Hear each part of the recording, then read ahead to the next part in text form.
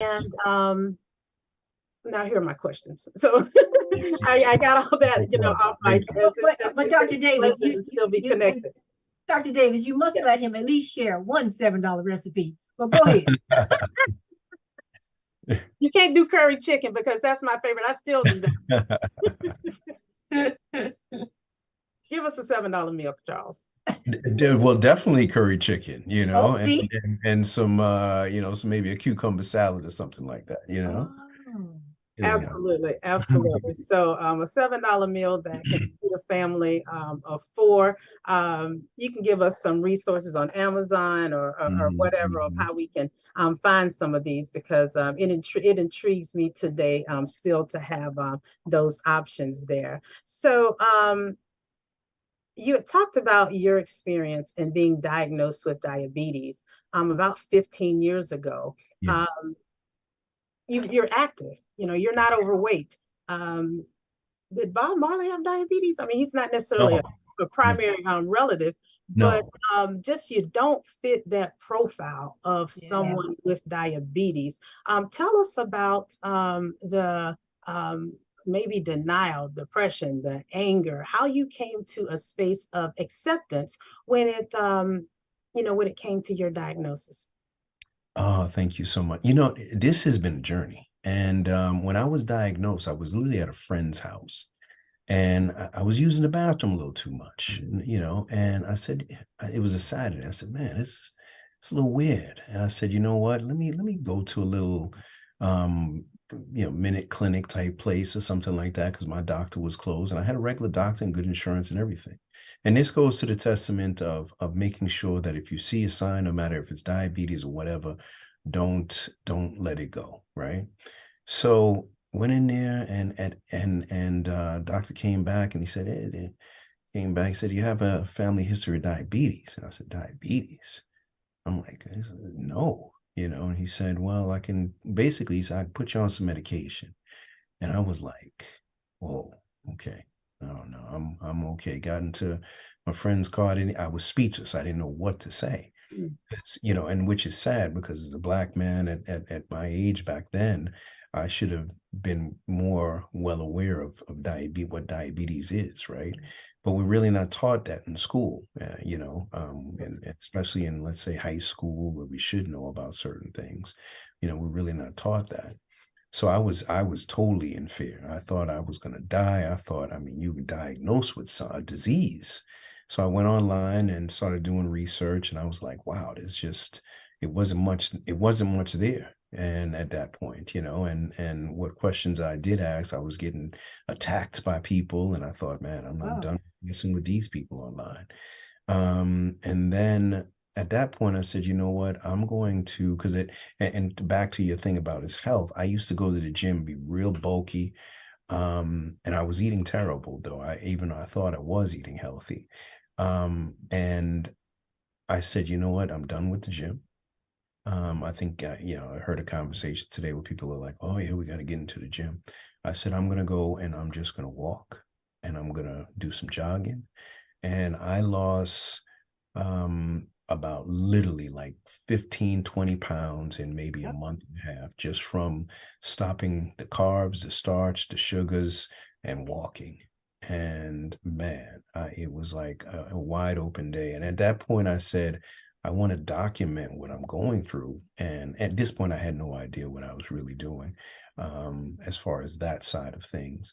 But I said, you know what, I'm just going to start reaching out to some companies and some people in diabetes, and I can, flip what I was doing as the celebrity chef side of things on TV and turn that into a business as far as and a passion as far as diabetes. So, I started to reach out to some companies, and they started to respond back, because once again, who at that point, 15 years ago, as a Black male, was doing anything in diabetes? It wasn't a thing. So they started responding really positive, and ended up meeting a lady named Nina who worked for a meter company who believed in what I was doing and was like, man, I want to help you out. And it just literally just started to snowball from there. I approached NBC locally about doing a segment, and they were like, yeah, we'd love you to do a segment. So I started that, a segment on NBC weekly, doing a segment about healthy cooking and bringing in people who are actually helping do that. So that's really how it got started. I will say that, and I know you'll ask other questions, but there's so much to this, because this is, being an advocate is a very hard thing, and thank goodness I've been able to turn it into a business as well. But I've seen a lot of advocates come and go because they have no support. And if you don't have any support, how much advocacy can you actually do? And I've dealt with, some of the biggest and the best, and this can be a very hard and lonely road at times. That's why I've kind of had to pivot in different ways, but still telling the same story about, better health outcomes. Better health outcomes. I absolutely love some of the things that you shared, and I want to highlight a few of your points. First, you said that you listen to your body. You listen to your body, you listen to those symptoms. Excessive urination is one of the top symptoms of high blood sugar. Also excessive hunger, excessive thirst, profound fatigue, blurry vision, having difficulty with wound healing, in women having frequent yeast infection, and in men, of course, you can have a yeast infection also. It's called balanitis, but given that things are on the outside, to see a whole change in color in your penis, that definitely sends you to the doctor. So with one lone symptom, you went to have that checked out, and I really do applaud you for that. I had mentioned anger, depression, denial, bargaining, and all before acceptance. Those are the stages of grieving, and what you're doing is grieving your loss of health as you knew it. Here's a nosy question. Do you remember your A1C when you were first diagnosed? I don't even, I'm being honest to you, doctor, I don't even think he told me. I mean, and he was, that's one of the things that was cause concern, that someone who was not my primary doctor was going to let me leave there with medication. So, because, when you go back and look at your A1C, and you could say, okay, this has been, because when I went to see him, actually, I had just finished eating some fried rice and some fruit juice and everything. So I said, I'm like, but so that was a cause for concern. And he was about 60 pounds overweight, if not more. So I thought, you know what, and I look back at that too as well. I'm glad we were talking about that, because I thought, you know what, I was so ignorant that I didn't take any medication, but who knows if I actually really did need some, even for a short period of time, right? It might have been 350. Now that medication would have actually helped me, even if it was, over a few months at least, until I figured it out, what was going on, and wanted to do things, maybe naturally or with medication, and then kind of so that ignorance could have really caused some serious difficulties, but also I was going to say that I lost my train of thought. But all right, you go ahead. So yeah, so I'm glad I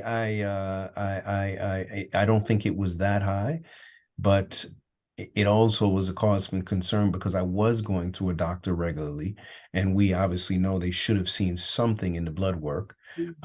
If I was going on a regular basis to say, hey, I've got elevated blood sugar. Oh, what I was going to say is that in many ways it's been a blessing, because, and I'm sure you have heard this, a lot of people, there's some people who never find out until they're in the hospital with some crazy number and almost facing death.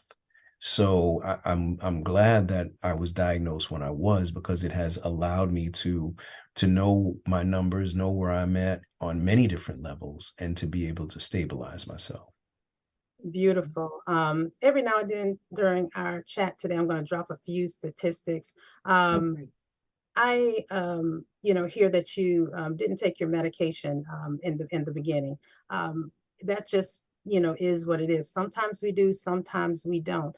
The fact that you were urinating a lot, if that provider did not take your blood, or they just, pricked your finger. He pricked it. They pricked your finger. So that meant you were over 200 and you had symptoms. So that was a bona fide diagnosis right there. Anytime that you are over 200 and you have symptoms, again, that is an indicator of diabetes. If you have glucose or sugar in your urine, that generally means that you're over 240. So those are significant signs. Luckily, you were someone that went to see your healthcare provider often. However, if something isn't checked for, of course, you're not going to have findings. Now it's recommended that if you're 35 or older, you should be screened for diabetes, just because that non-modifiable risk factor of age is there and present. I heard you mention on a different show the number of people with diabetes that don't know it, and also the number of people with pre-diabetes, which is also responsible for why that statistic keeps going up and up every couple of years when the statistics are redone. So those things are important, and people don't realize how important it is just to say something. The fact that you've taken a big role for minorities and, for people, all over the world to say something and to create a safe space so that we don't have to keep it all to ourselves. You're to be applauded for that. Sherryl, let's see what kind of questions that you have. I know that we have a break coming up. But we've got about 8 minutes before the break, and, 8 minutes. you being our clinician on the show and hearing Charles talk about that first experience, I wanted to ask you, did you even know what an A1C was? And Dr. Davis, will you share with our radio listening audience who may not even know we use these acronyms? But I wanted to find out from Charles if he had ever heard that before you went to the doctor. And that was the first question. The second one was, I've heard both of you talk about frequent urination, but help us understand how frequent is frequent. Yeah. Charles? I had no idea what an A1C was. Okay. And it's interesting because my aunt actually has diabetes and is on does dialysis even back then. But I never made the correlation of diabetes and what she was dealing with, and I never even thought about it.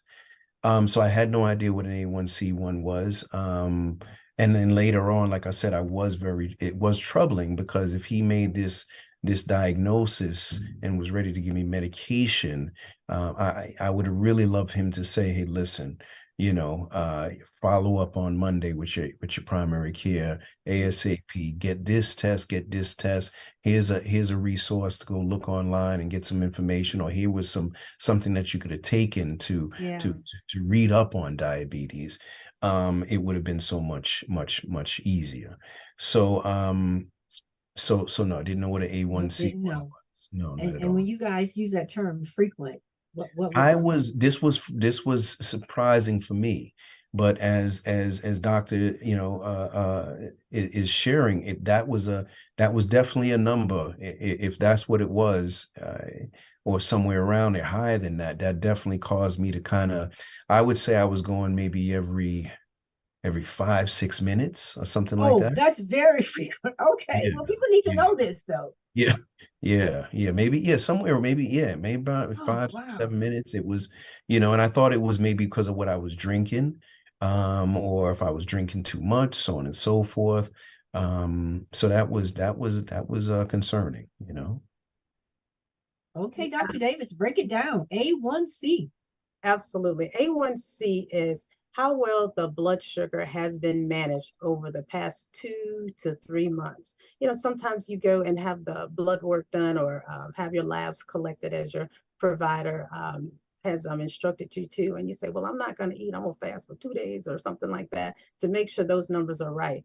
Actually, the A1C, again, from 2 to 3 months ago, it's a look into the past. That's something that you cannot change. And hemoglobin A1C, there's this process called glycosylation, and don't worry about that. But yeah, we know about essentially, the red blood cell, it lives for about 2 to 3 months in your body. Okay. And before your body recycles the red blood cells, glucose has an affinity to the cells. So however much sugar or glucose molecule is stuck to those red cells, we measure that. And that's how we come up with the A1C. If there's a lot of glucose in the blood, then the higher that number read, and it reads as a percentage. So that's what an A1C is. Regarding the frequent urination, when I explain a phenomena to my patients, I love to use metaphors, analogies, similes, because I try and meet people where they are. And Charles definitely understands that. You, Sherryl, you've heard me explain things. So if things don't resonate, if things don't make sense to people, it's not meaningful, and they don't change their behavioral practices. Right. So for frequent urination, I often use, of course, the person has to be a little bit older, but there used to be orange juice containers that they were in the freezer section, or any kind of beverage that's in the freezer section. You take it home and you have to add water to it. It's concentrated. Concentrate. Yeah, you have to add water to it to make it palatable. Mhm. If you were to sip that, on its own while it's concentrated, you almost need something else to drink to tolerate it, because it's concentrated. So as you have to hydrate your palate to be able to get it down, to be able to tolerate that concentrated beverage, when there's lots of glucose in your blood, the body pulls water from other spaces in the body so that your kidneys won't be saturated with glucose, to help your body better process this concentrated amount of sugar in the blood per se. Also, the kidneys try hard, understanding that glucose or sugar is energy to the body, food to the body, carbohydrates to the body is like gas to a car. So it's not bad for you. It is just that your body doesn't have the insulin to manage it all. So part of what the kidneys do, as well as filtering the bad stuff out of blood, and that goes away in your urine, it helps to conserve the good stuff. And energy is good. Now, if your blood sugar is high, you don't really need to conserve that much. But if you start to spill glucose in your urine, it just means that the kidney can't hold it all. And that point happens about 240, 250. So if you're spilling glucose in your urine, that gives us an idea, without checking your blood, where you are on the scale of glucose control. So that's where the frequent urination comes from. Of course, if your body is pulling water from other areas of the body, that's where the thirst comes from, because the body isn't getting that energy that's stuck in the blood when it's supposed to be in the cells. That's where the hunger comes from. And if you don't have any energy in your cells, you're tired. So it all goes together. And I try to explain it that way to make it more meaningful for my patients. Well, you did, and that makes sense. You did, and that makes sense. And we want to hear. This is Charles in his own words. Ricky, are you ready to cue up Diabetes and You? And as Ricky is cueing the video up, it's a short video, but it helps you to kind of fully understand what Dr. Davis is talking about. And now you know, all of our radio listening audience, you know the reason behind the frequent urination. You know now clinically what's going on in your body, so you can further understand that. You understand the thirst. We couldn't explain it before, but Dr. Davis has broken it down as you've listened to them talk about some of those symptoms. Ready? Ricky, we're ready when you are. Let's go. Diabetes and You.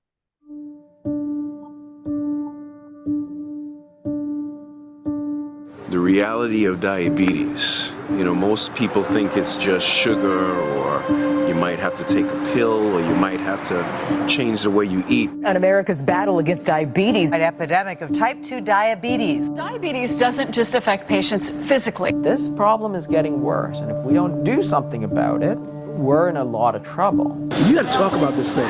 We have an epidemic in this country. I was diagnosed with type 1 diabetes. Back in 2006, I stepped on a nail. Did you know you diabetic. Diabetes is a disease that hits you early. The main reason that it gets started is insulin resistance. The realities of this disease is that it destroys organs. Blindness, heart disease, stroke, kidney failure. It is a wicked, wicked demon from hell that will control you. So it's 8:38 in the morning. I am on my way to the hospital. Can you read? The way that Americans eat, a lot of times we don't even realize that what we're eating is so bad. And you think eating that every now and then is okay? Diabetes, how serious is it? This is what diabetes has done to me. It will rot your teeth away. So the problem is that doctors are stuck in the middle here. We as doctors have been treating type 2 diabetes completely incorrectly. We're fighting the same fight, huh? Absolutely. You're in India, I'm in America, we're fighting the same fight. Is he scared of dying from diabetes? You know, who wants to be in the doctor's office? Who wants to have to go through all of this? You know, I mean, I wish I knew about this stuff. It's kind of scary, you know. Let's just pray this is all right. So I keep having heart attacks until I die? Whereas I see the people who are getting sick, and I said, okay, that's not right. That's not right, because I know it's a reversible disease. Yeah. Ooh, I've seen this several times. Yeah. And each time it just moves me. It's hard. And to hear the gentleman say diabetes is wicked. It's scary. But information, knowledge is power, but it becomes powerful when we can apply it. Like what you and Dr. Davis are sharing with us today. I would Charles, like to, I know you felt that was your baby. You birthed that. Kudos to you. How long to produce a segment like that? Well, that took a few years. You know, real documentaries that really go back in time and things like that. It takes time. And I was growing in the process and telling stories around the country. But I will say this, you know, one of the things I like to do is really go into how serious diabetes is. So I know that there's people watching right now and they may be listening, but I want them to understand that diabetes, it takes more lives than AIDS and cancer combined, right? It's the number one a cause of amputation, number one cause of blindness, number one cause of dialysis. And the list goes on. Number one cause of diabetes, 98% of people who with what was it? Die of heart disease. Yes. You know, so this is a very serious condition, and if not taken, you know, serious, will have tremendous consequences on so many other parts of the body. It's literally can ravage the body. And you know, while we can talk about this from a light perspective, you have to take control of your condition if you have diabetes, if you know someone with diabetes, because you know we only have one shot at this beautiful ride, and you don't want to you know spend your days going to different hospitals and doctors, and at times, even though I've controlled my diabetes, there's times where it's fearful, and you're like, what is going on? You know, why can't I beat this? For a while I've had very high cardiac CRP, and doctor actually, you know, can share what that is. That's another test that people actually really need to know about. I would say more than 9 out of 10% of us would never know, even to go and ask for that test, which is very important. So if you're listening to this and you have diabetes, realize that you need to be here for your family. You need to be here for yourself. I've got some beautiful kids that I want to stay alive for. I've got a good ride that I want to stay alive for. And God knows that, you know, diabetes is a monster for some people. And while I've been able to control it somewhat and pretty good, there's some people who, you know, I've been at, you know, kidney doctors and things like that, where I was scared because of the protein in my urine, and things like that. And it was just no fun. But And then I'll let you guys jump back in. But one of the things I also had to realize, and I realized this probably about a year and a half ago, 2 years ago, was I have a food addiction. And I might not be like my 600-pound life, but I can go 3 or 4 days, fantastic, very healthy. And in the past, I've found myself running out at 12 o'clock at night trying to find an open McDonald's and beef patties and potato chips and things like that. So a lot of us are actually suffering from food addictions, and we have no clue of that we're even addicted to food the way we are. So just wanted to throw some things out there because I like to get to the meat of it and realize that this is a serious thing that needs to be taken into full control. It is. Thank you so much, Charles. And thank you for sharing. Thank you for allowing us to share your work, just a small piece of your work.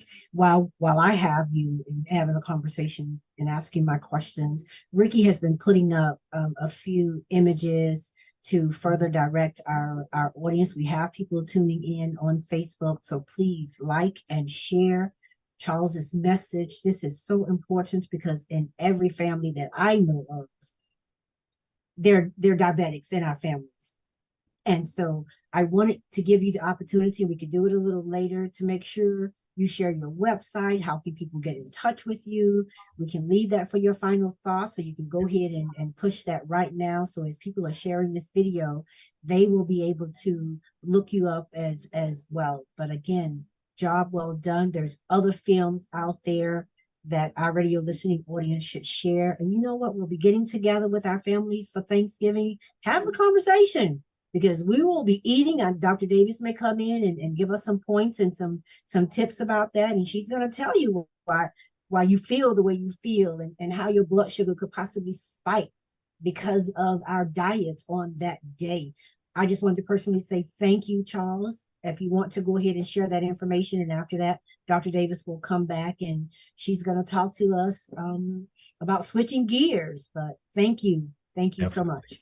Definitely. Yeah, the best way to reach me is you can just Google me, Charles Maddox, CHARLES MATTOCKS, Charles Maddox, and I'm not hard to find. So you're right. Yeah. You're right. I Googled you too. You're right. Dr. Davis. Absolutely. I just want to harken back on that Google and that accessibility. I wanted to know about that $7 meal, and that's how I found Charles Maddox. So you had mentioned the CRP, the C-reactive protein test.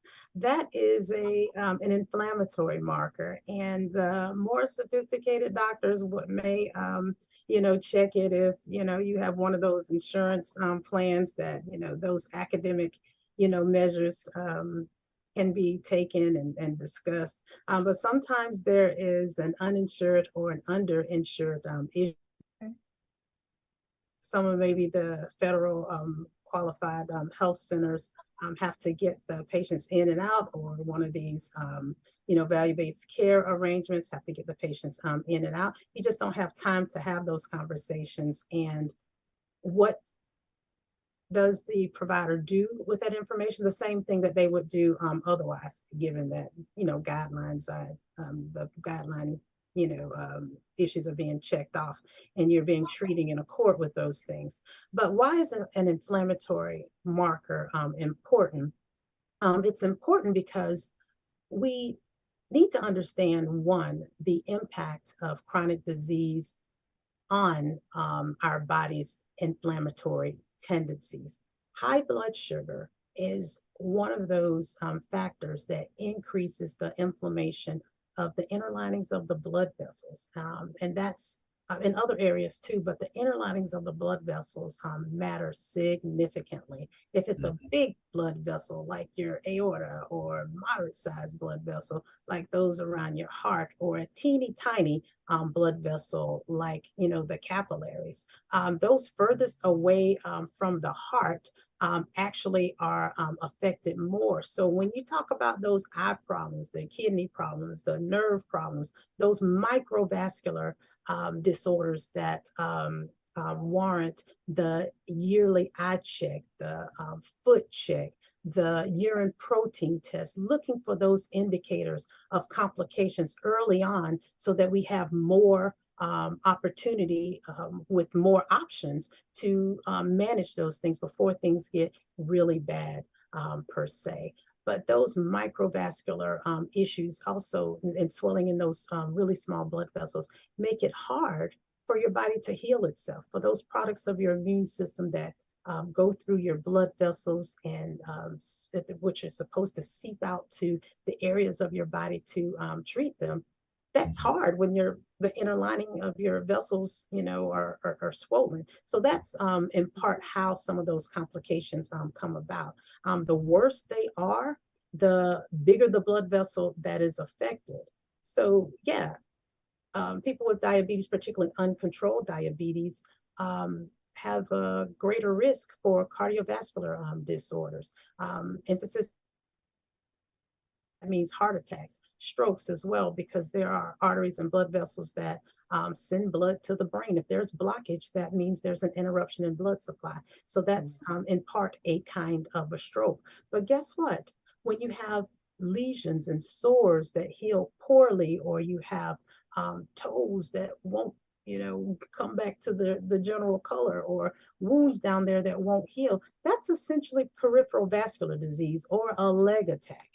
So that's how these things come about. It's tough to make those connections, but I hope that has helped some.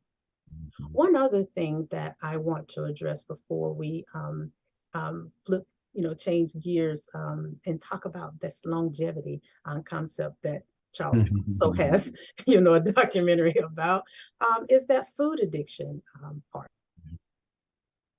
I can appreciate that. And it is something that I like to talk about with my patients, because a food addiction or this incessant hunger is not always your fault as someone with diabetes. Most of us have heard about this semaglutide and these made up, medicines that mimic medications for diabetes. First and foremost, semaglutide or Ozempic and Wegovy, that's still on patent. So what we're getting from a compounded pharmacy, it's hard to identify that. It's hard to identify the medium that the active ingredient is put in for delivery to the person taking it. And then what is that active ingredient, given that the medication still is on patent? But I digress. This GLP-1 receptor agonist, I like to use those words because at some point you may hear them again, that semaglutide and medicines like it actually are. They mimic, per se, a hormone that our body makes anyway. We make GLP-1 from our intestines, and it does play a large part in our ability to use glucose or carbohydrate after it's broken down. And remember, sugar to the body is like gas to a car, and glucose is sugar. Okay, so if it plays a role in the way our body uses energy, then that hormone is very, very important. These medications like Ozempic, like Wegovy, like Trulicity, those medicines in that category, they have an affinity to the same receptors that hormone sticks to. Okay, so what the science has shown us over the years, and I'm just speaking in plain terms so everyone can have and appreciate the meanings behind all of these things. That hormone is important because it does a few very important things. First, it moderates the amount of insulin that comes from the pancreas. That makes it release insulin only when food is present. Only when food is present. And that's important because insulin does a great job of managing blood sugar, but it also does a great job of storing the residual. It makes you a more efficient fat maker.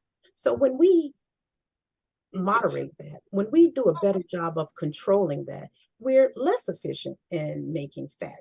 And that's cool. The other thing that GLP-1 does, it slows the rate that food moves from one end to the other. So there's a greater opportunity for satiation. You get full and your body tells you to push back from the table. And some of those receptors are in our brain, and it tells us that we're not hungry. It tells us that we're full.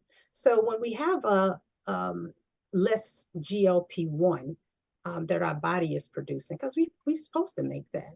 But when you have diabetes, you don't make the same amount. So when you have lower levels of GLP-1, yeah, you may have a food addiction. Yeah, you are hungry a bit more often. And I try to encourage patients that have diabetes and tell them that it's not their fault. Even if there's a discipline issue, it's not all their fault. You know, some people, sometimes, you know, there's emotional eating. Sometimes there are a ton of different variables that are not considered. But a lack of discipline cannot be it. So to motivate patients to do more on their own, to help them to be better self-managers, is part of what you have to do as a good clinician. Diabetes management is a team sport, and that's being a good team member. So I hope that made sense. It did. I mean, to a layperson like myself, because this subject is not new. You've been talking about this for years, Dr. Davis, especially when it comes to talking about semaglutide. And now we're hearing names. I heard you say Wegovy, Ozempic. They're all, the commercials, the television is saturated with it. The internet is saturated with, even 60 Minutes, they're doing specials. All types of shows are doing specials. But unless you have what you shared with us today and understanding the hormone and how that interacts with your body, your blood sugar, your producing insulin, how it reacts with your pancreas, that's the missing link. People aren't getting that information. And that's why it's so important that if you want to know the facts, you know, talk to the specialist, especially a diabetic specialist, a diabetes specialist. So thank you for breaking that down in layman's terms. Dr. Davis. It's my pleasure. That's what we do at Your Best You. That's what you do. That's what you do. Yeah. All right. Well, I guess you're going to switch gears now, since you've so eloquently broken. You've given us some key information that we need to know when we talk about A1C, when we talk about, you know, the hormones. What average person knows about, and give it to me again, the GLP-1? The glucagon-like peptide. Okay. See, Charles didn't know what that was. No, I know what that is. Yeah. You know now. Okay, switching gears with Dr. Davis. Thank you. Indeed, indeed. Charles, not only have you produced a series called The Diabetic You, reversed, all different kinds of reverse are there, and we'll get to that in a minute. But as I was doing my homework to prepare to talk to you, because your arsenal of help and advocacy for the average person with diabetes and at risk for diabetes, and caring for those that have diabetes, it's just so vast. There was something, a series called Longevity, that I was completely unfamiliar with, that did review cancer and risk factors. Could you tell us more about that? Well, that's a series underneath my brand. It's called 8 Days, actually. And so I didn't call it reverse, obviously, because, you know, you can't per se reverse, you know, it's not the same type of situation as diabetes. Yeah. So we called it 8 days because that's the time that we actually spent with the people who were dealing with cancer. So we shot that in Mexico, teamed up with a beautiful company in Mexico that does some tremendous work for cancer. All 5 people that were featured on the show went from 6 months to live to no evidence of detection. All have been tremendous over the last few years since they went to the clinic. And sometimes, you know, chemotherapy and radiation is not the way. Sometimes you get to a point where they say, hey, listen, we've done all we can do on this end. There's not much more we can do. And then there's companies like this that say, hey, listen, we have a different protocol.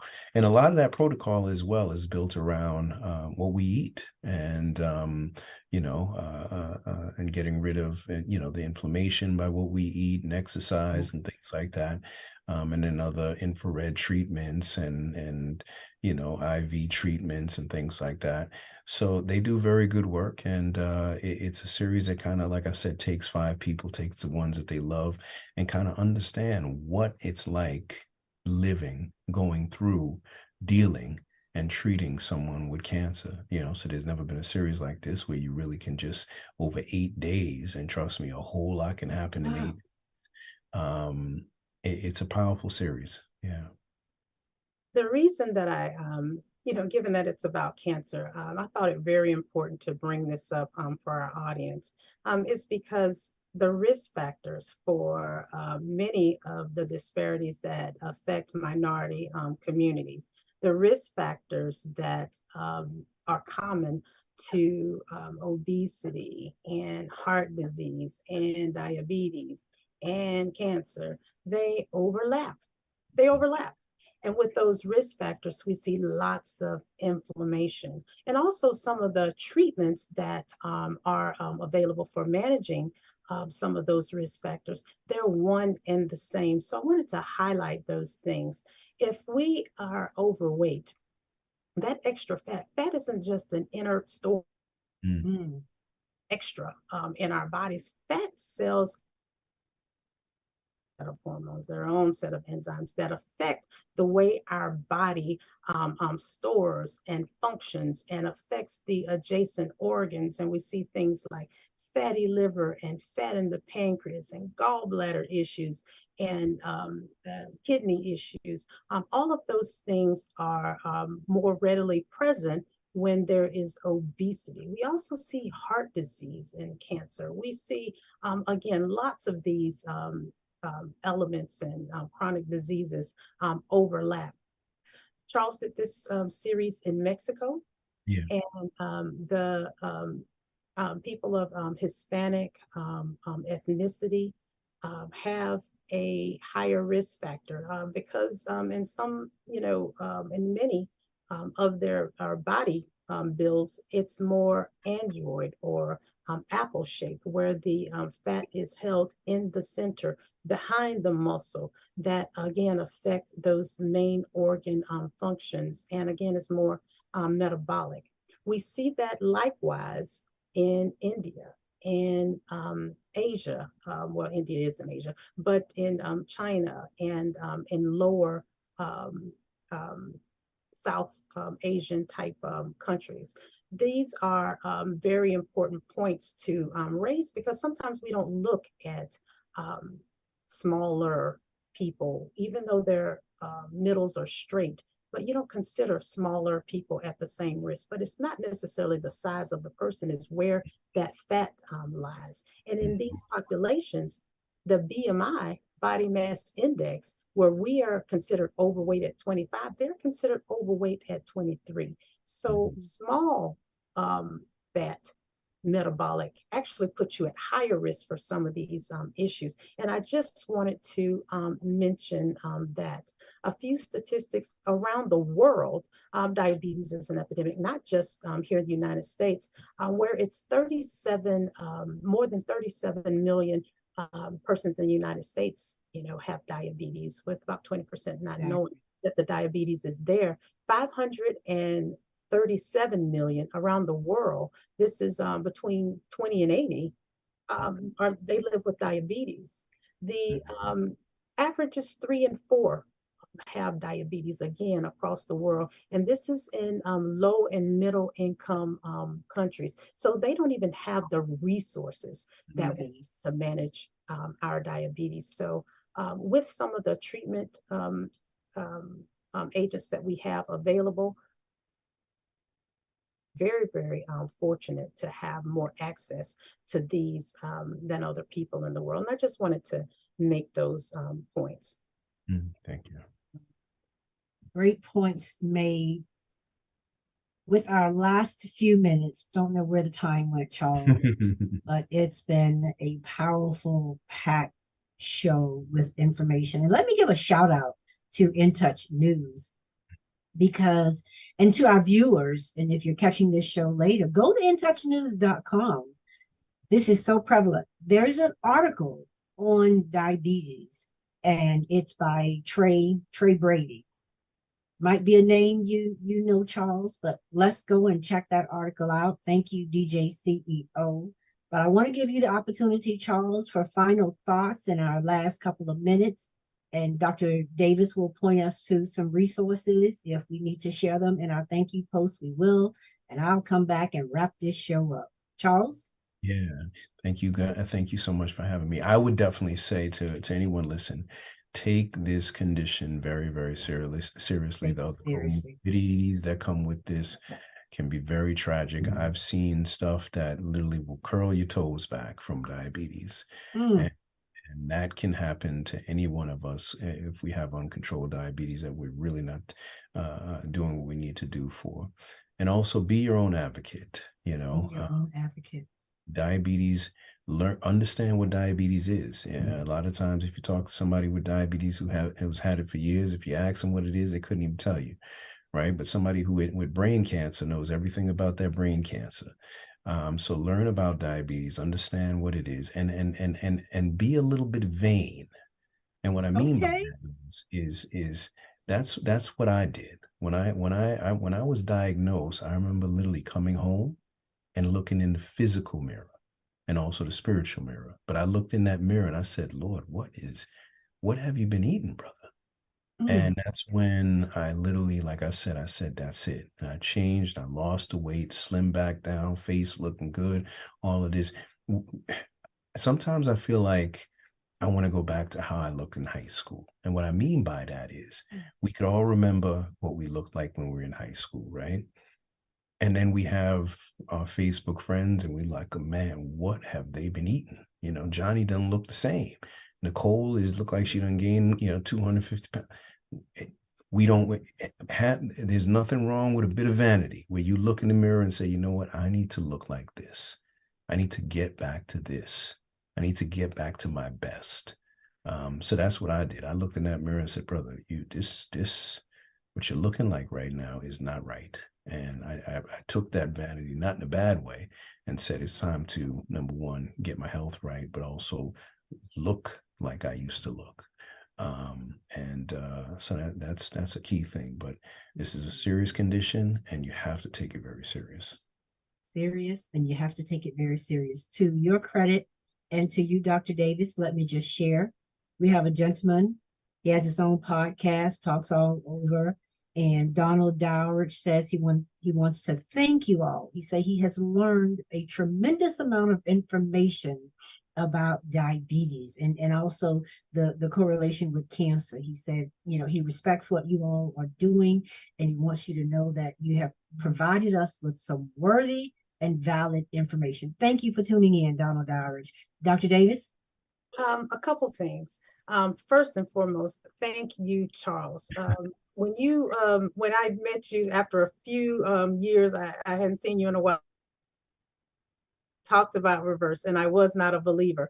But with these brand new agents, and if we can get to our healthcare provider for an intervention within those first couple of years of diagnosis early on and treat diabetes aggressively, we actually can develop some kind of metabolic or health memory where our body wants to stay in control. So early intervention is really, really important. And we can take those numbers, that high A1C, and actually move back down, not just in pre-diabetes, but in full remission. And that's what reverse is. Sherryl will put up the resource that Charles has given us on the post show credentials there so that you can have Yes. And quickly, I just want to give you some symptoms that should take you to the doctor.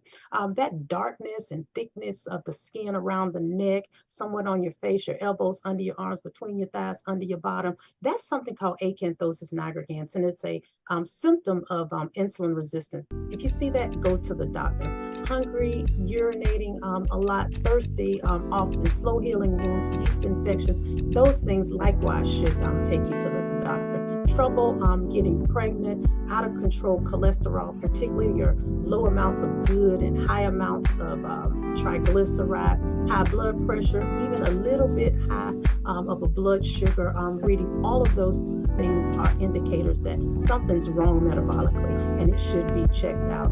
Last, there are some indicators or symptoms that you got to consider that are not modifiable.